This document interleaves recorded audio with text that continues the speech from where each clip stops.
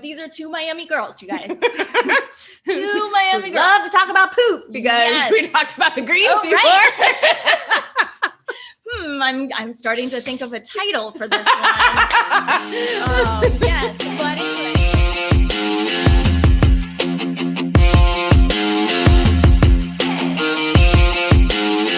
Hey, Empowered Vegan Lifers, Ella here, and I have got a very special co-host today / interviewee, one of my best friends in the entire world, Anne Molina. Hi, Anne. Hello. I'm so glad you're here. I am too.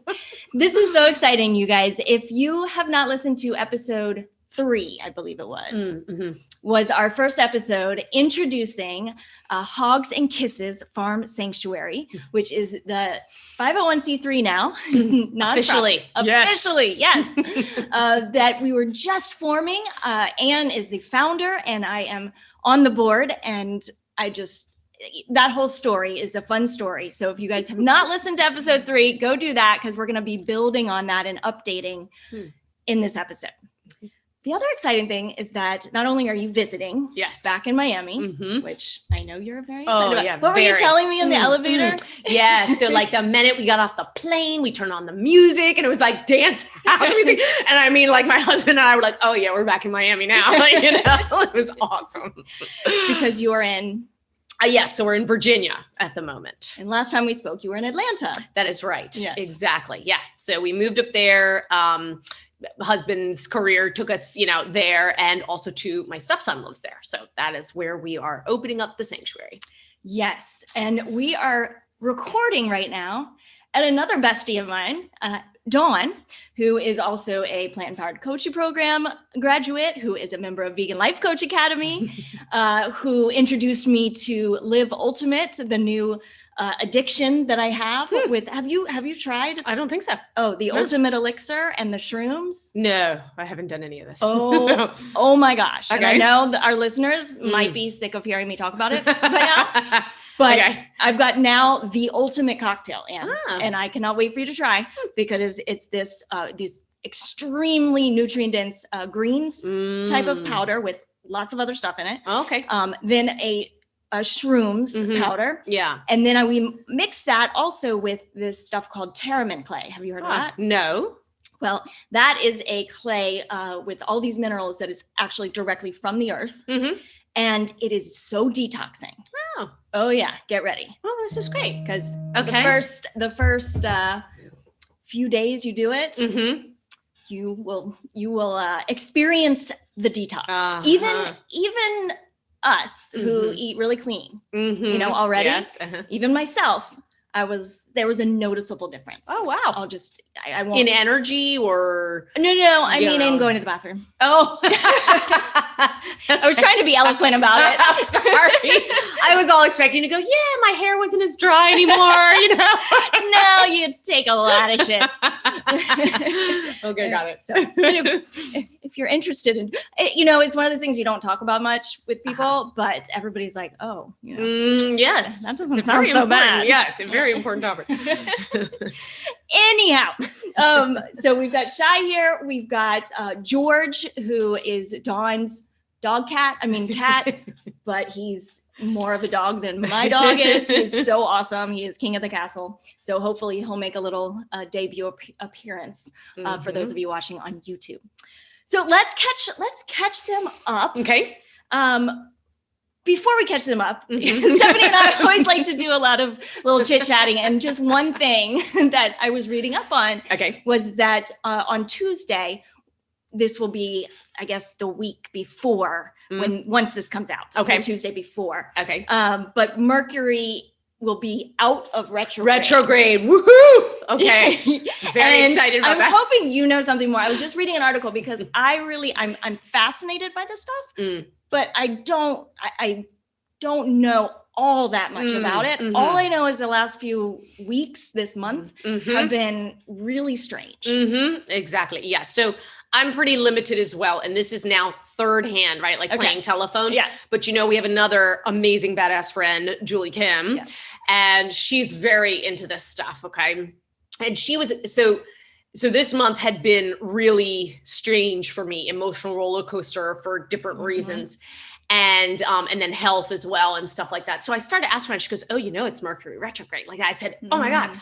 And I always remember that being something that usually tends to impact people. And while it may feel negative, tends to have also benefits, or like a pros, cons kind of thing, double-edged sword thing. So the way that I think she said it was that it's like a time to that comes in to bring delays on purpose to slow you down, right? So it's stuff that you may not want, like slow down, but it's forcing you to be self-reflective is, I think, kind of where she was going with that. So anyway, yes. And then she had mentioned like, don't sign new contracts during this time. Like it's not a time for, say, doing something new at this moment in time. Like official, right? But just that it's a time more for self-reflection and care and that kind of thing. And getting COVID. Right. Yeah, exactly. So self-care for sure. Yeah. What was crazy is I was just up in Charlottesville visiting Anne and Mike and the land that you just closed on, which we're going to talk about. Yes. Super exciting. I had a fantastic visit. So much fun. Got to visit 2 different sanctuaries. Yes. And then I left. And then 1 week later. Yes. It was like 8 or 9 days later. 8 or 9 days later, I get a text. Can you call me? And I was like, uh-oh. Never good. Oh no. And I kind of guessed it. I just, because at this. Yeah. We had a lot of visitors because even after you, my in-laws came. Yeah. I know. Yep. And Anne and Mike. Lo and behold, yes, we got the Rona, according to my stepson. He goes, you got the Rona. Yeah. And you survived. Oh yeah, absolutely. So I don't know if it's just adapting or what, because obviously there's still not enough science and research out there and stuff. But both my husband and I and other family members who had also had symptoms were just it had mild stuff. Like for me, I have allergies, so I felt it as like a sinus thing, and so I thought, oh no, I got a sinus thing. But then my husband a few days later had a fever, and then I was like, oh no. So I was like, I'm not playing around, so we got tested and it was confirmed. So anyway, after that, for me, I think I had like that sinusy thing and some chills. Then later I lost the taste and smell thing. That lasted a couple of weeks. That supposedly is like the common thing amongst everybody. But my husband, oddly enough, had almost all of the symptoms. I just had like 1 or 2. He had like all of them, except for maybe like the hard breathing that people talk about when you go on a respirator. So anyway, both of us, we just treated ourselves as if we had the flu and, rested a lot and, those kinds of things. But the weird one was the sense of smell and taste. Oh my God, because, you put something in your mouth and it's supposed to be spicy. So it's like, sitting on your tongue, but you don't taste any of the flavors, it's like, it's very weird.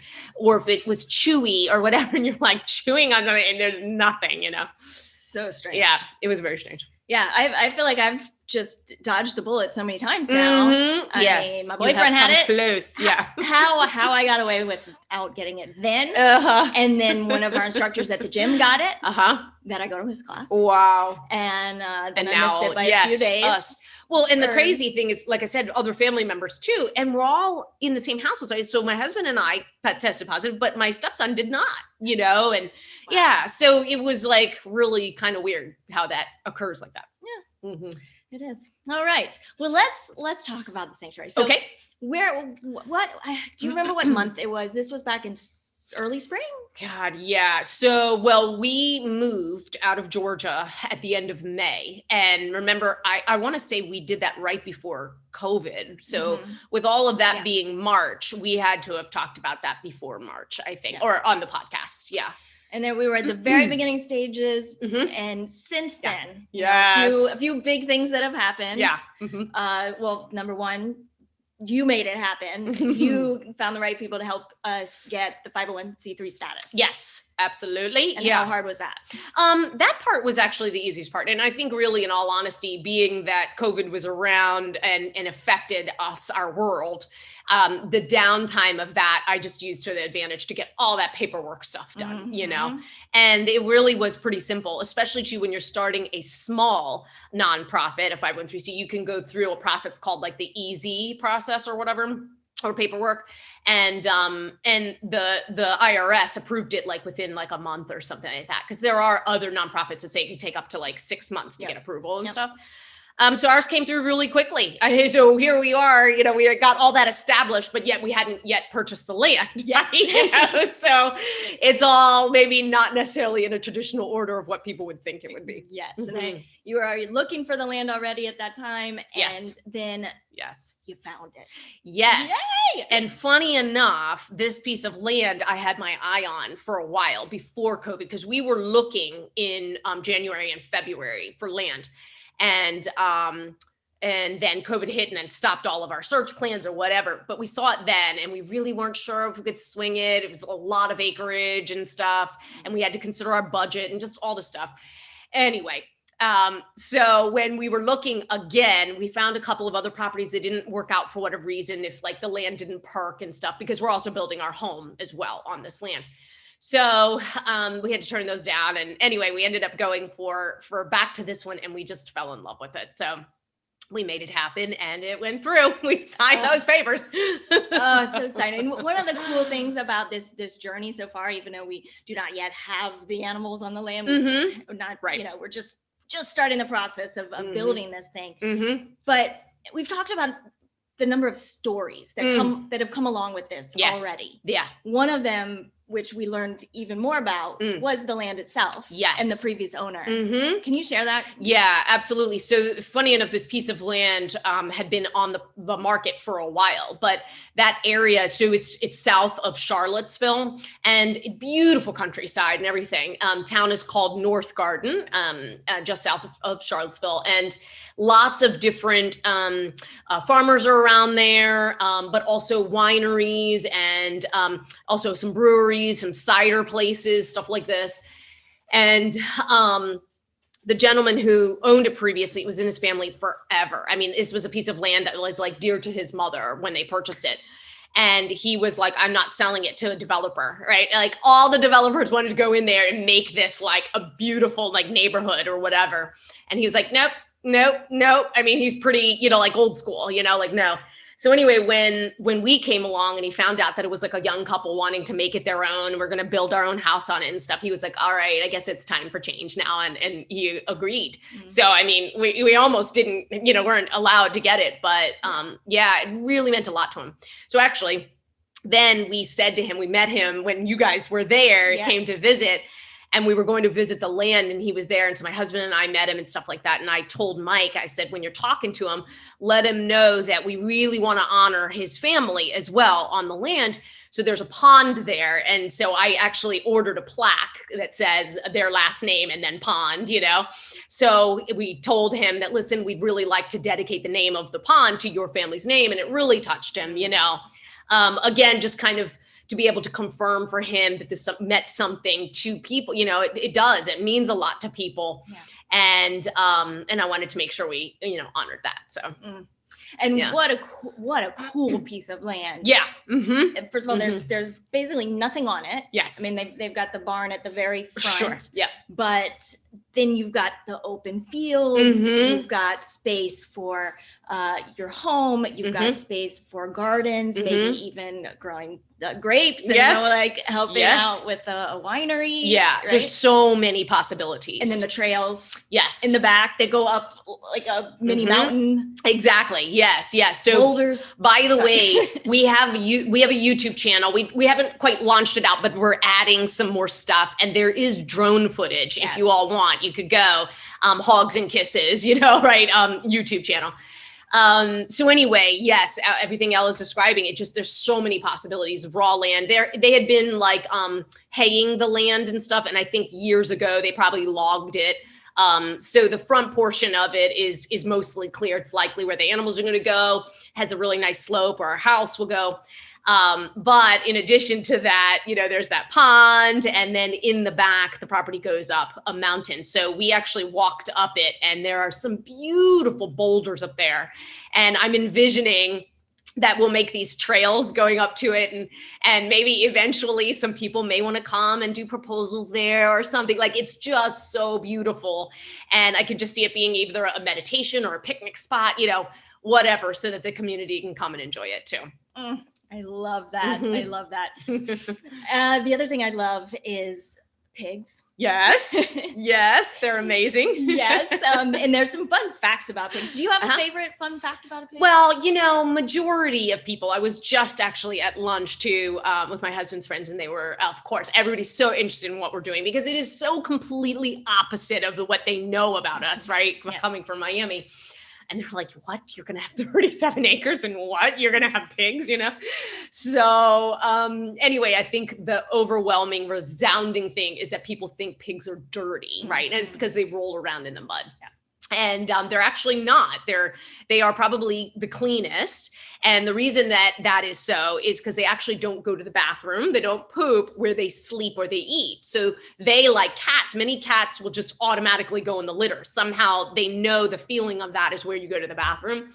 Pigs, they'll go and find a different spot away, from where they sleep and they eat.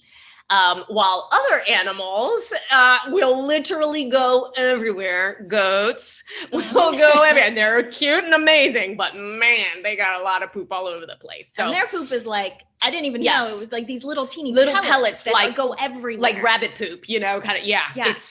Yeah. I volunteer. These are two Miami girls, you guys. Two Miami girls. Love to talk about poop because we talked about the greens before. Right. I'm starting to think of a title for this one.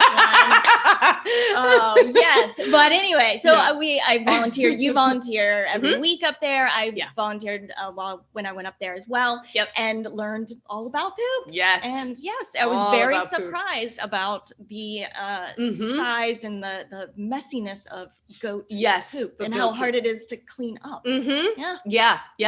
And I think also too, maybe then the close second of misconceptions or whatever about pigs, is that, again, them being dirty, they have to roll around or be in mud puddles because they actually don't sweat. They don't have like a sweat mechanism. So they overheat. And then that's why they roll around in mud puddles. So they need water, of some sort around for that. Yeah. So all these sayings are so untrue. The pigsty. Yes. The sweating like a pig. Yes. Pigs don't even sweat. They don't even sweat. That's right. Who created these stupid things? I don't know.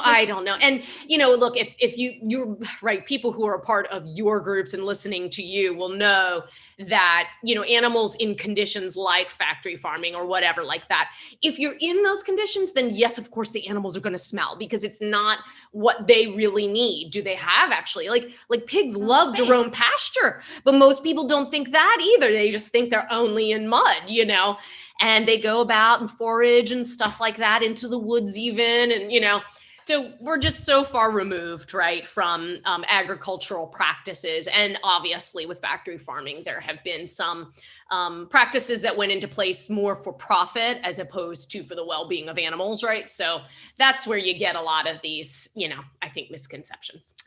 Yep. And did you know that pigs can run up to 7 miles an hour? Is that right? Okay. Yeah. I didn't know the exact amount. Okay. Yeah. Well, we saw one run yesterday. Yes, they love running around. Oh my gosh. Yes. And I have to say, this was a potbelly. We went to a wellness sanctuary that had some animals as well. Yeah, in Miami. And I am shy. This is so not a dig on you, but these little potbelly pigs, running around, I have to say, they just remind me of Shy.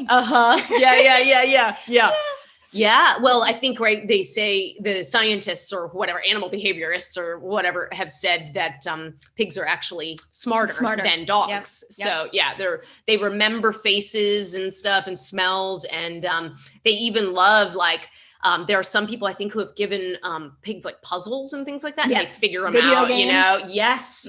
It's amazing, Yes, it's amazing. We're talking so much about pigs, not because we don't love the other animals too, and we are going to have other animals on the sanctuary. Yes. However, the first animals we will likely have are going to be pigs. Yes. So let's go there because we introduced the idea of these pigs last time. Yes. About the pigs in New York. let's remind them quickly Sure. of that little story. Absolutely. So much like we're talking about farmers, right? These husband and wife duo are actually kind of like backyard farmers, so to speak, or basically farming on their own land. Anyway, the what I understand is that the wife fell in love with the pigs. Like just over time, she really started to care for them a lot. And she went vegetarian herself and asked her husband, listen, let's not slaughter them anymore. So they were left with 11 of them, and they wanted to give these animals a good life. And they contacted a local sanctuary by them up in New York. And so they've been so helpful in trying to figure out if we can maybe rehome them and so forth. But so anyway, since April, our nonprofit has been funding the feed as well as vaccines for these animals. And whichever ones end up coming and becoming our fur family, our four-legged family, we'll need to neuter or spay them. It's likely we're going to take in, because they are already in groups and family relationships at the moment. So it's likely we may take in 4 and then probably rehome the others. But of course, sanctuaries, through COVID have been really, really struggling because they really rely on donations, right? So it's been tough. Anyway, so we'll see how it goes, but that's where it is.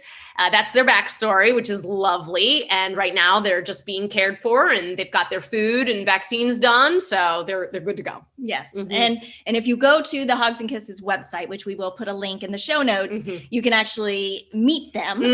Absolutely. Find out their names, their personalities. Yes. We have video of them. Yes. And we are so excited. And fundraising is another thing that we have not yet really gotten into. Right. But that will be coming up very soon. Yes. Because we've got dabbling. We've got some budgets. To really be responsible for. Yes. Yeah, because I mean, there's just so much, as you all know, right? This is raw land. So we have to put in the fencing, we have to put in the barn, but it's not just like, like in my head originally, right? I was like, oh, I'm going to put up this pretty white fence and then it's going to have these patterns in it, And the Miami vision. Yeah, the Miami vision, right, of what a farm, right?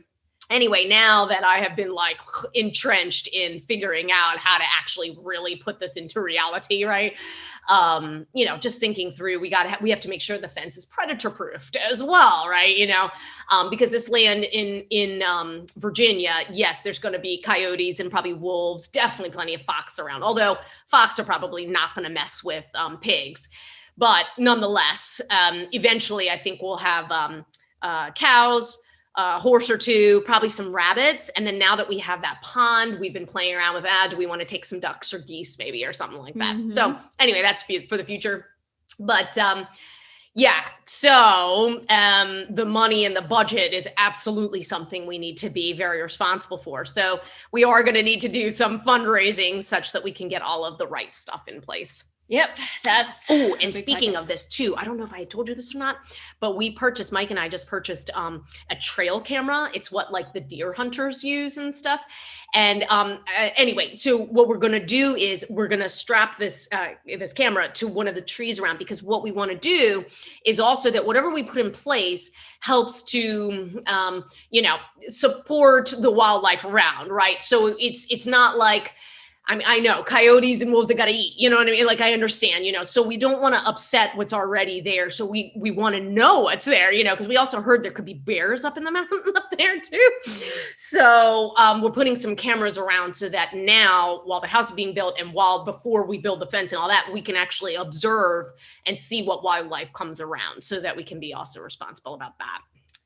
Yes. And then speaking of fences and fundraising and how this timeline is coming together, which has been another interesting exploration of what this whole thing is going to look like. We're doing it one step at a time, I suppose. Yes. But the deal is, as much as we want to get this built and get the animals there, we have to protect them. That's right. And we have to be responsible. That's right. For them once they get there, they're under our protection. Yes. So that being said, we have come to the conclusion from also talking to a lot of different people that we cannot bring the animals down unless somebody is there living on the land and is there at all times. Yes. That's right. I mean, Yes. I have literally, other than volunteering at other sanctuaries, I've called around to sanctuaries. I've joined sanctuary groups like on Facebook, right? All this stuff. And also have reached out to a particular woman who, for a living, she consults people wanting to start a sanctuary.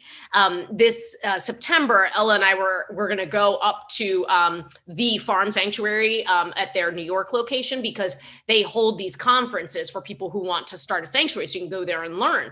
Well, anyway, because of COVID, it didn't happen. So I was like, So anyway, supposedly this lovely woman had actually worked there for a while too. She's been working with sanctuaries for like a decade.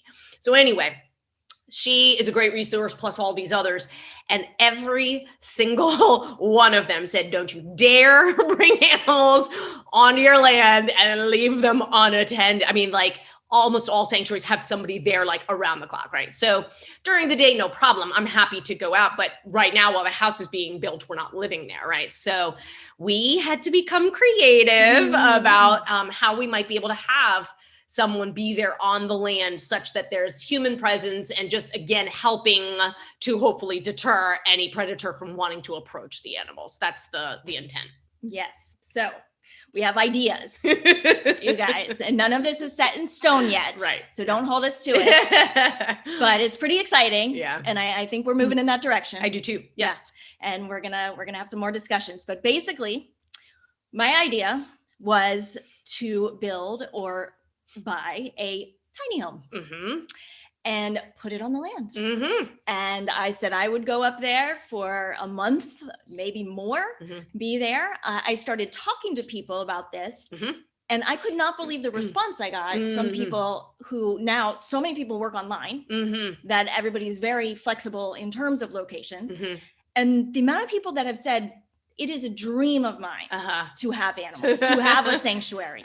And if I could go and have a place where I could take care of them for a month and work from there or whatever. Sure.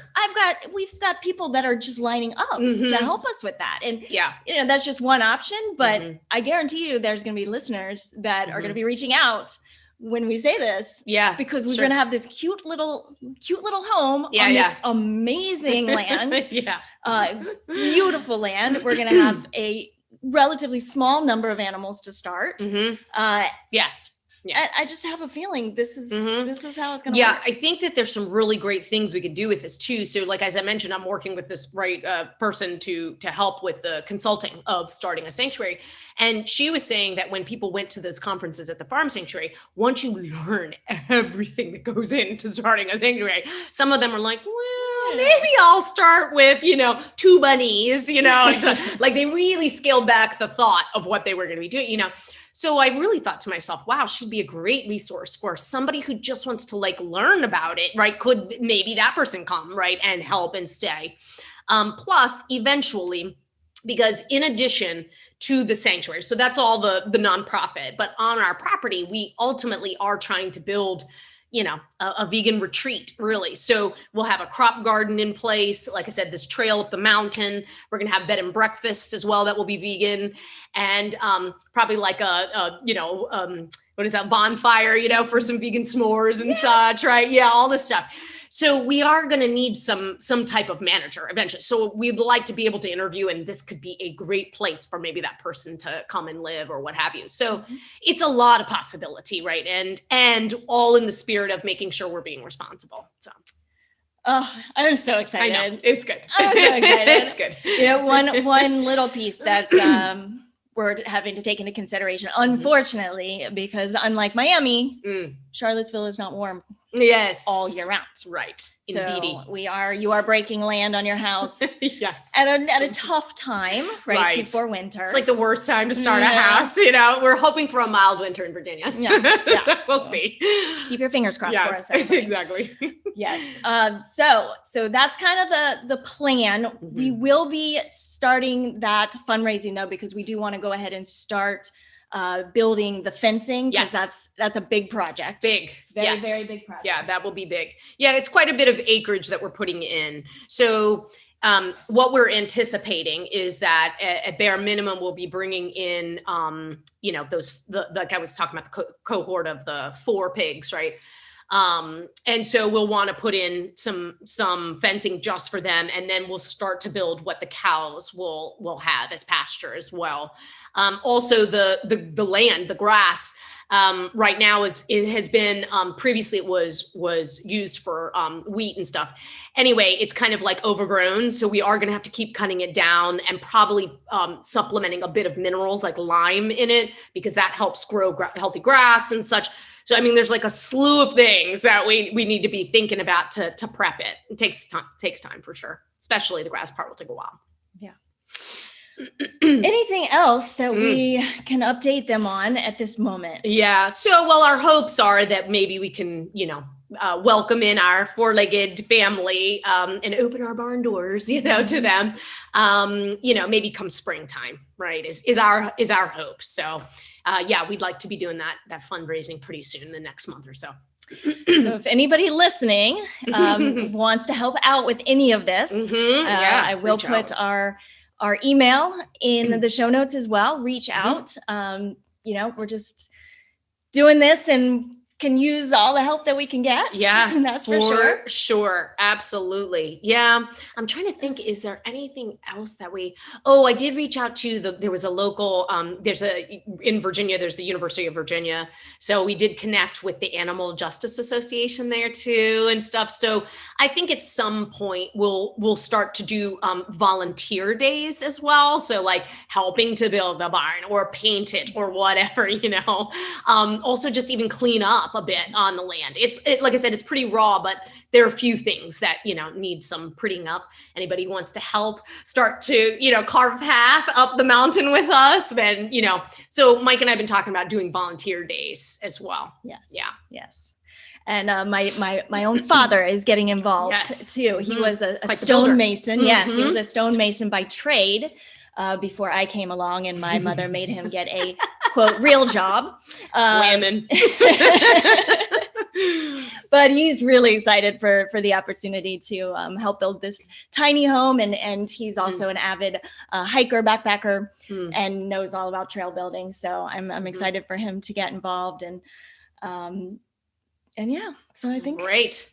I think that's a great update for now. We will get you back again in a few months, because I feel like now that we've got the land, things are really in motion now. Yes, starting to move. Yep, indeed. Starting to move. Our third board member, Chad Weller, Yep. he's helping out. He's in California, but he's involved as well. So we're excited for him to come at some point as well. And I would love that. All the board members and friends and family. Oh, and then my Sex Fit Vegan crew. Yes, you'll have to do some retreats there on the property. That would be great. You have no idea. It'd be really good. I've been getting asked to do retreats for the last several years by clients and members of our programs. Very nice. And I've been like, it's coming. Nice. I just gotta wait for the right. Yeah. And sure enough. Definitely. Yeah. The universe is a beautiful thing. All right, everybody. Dan, thank you so much for being here. Yes. Thanks for having me. We will do it again. And thank you all for listening. Make sure to give us a quick review if you like what you're hearing.